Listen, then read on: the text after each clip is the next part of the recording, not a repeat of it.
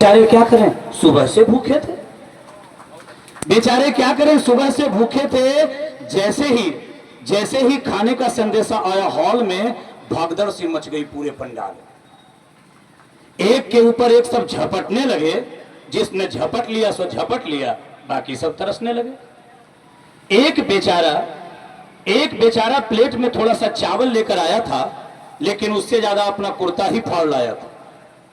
ये standing system की महामाया था, जिसने इन महासभ्य लोगों को आपस में उलझाया था। दूसरा बेचारा गरीब लाचार था। इसलिए कपड़े उतारे पहले से तैयार था।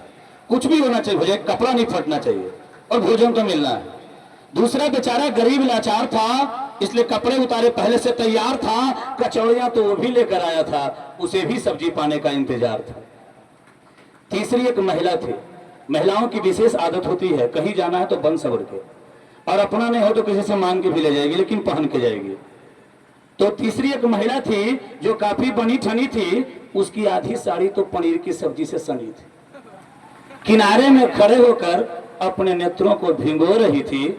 साड़ी पड़ोसन से मांग के लाई थी, इसीलिए रो रही थी। चौथा बेचारा अकेले ही सारे झटके झेल रहा था।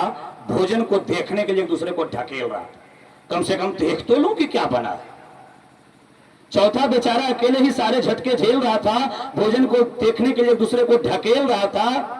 बेचारा कल्पना में ही खाना खा रहा था, प्लेट दूसरे की देखकर अपना मुंह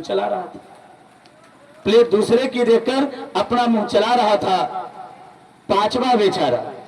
पांचवा बेचारा ऐसे ही ख्यालों में खोया था, इसलिए इस मेले को देखकर अपना ही झमेला उठाकर एक ठेले पर खड़ा था।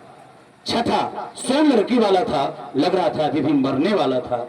उसके अंगन कांप रहे थे, प्राण कंठ में अड़े थे, क्योंकि घराती सारे खा रहे थे और बाराती सड़क पर खड़े थे।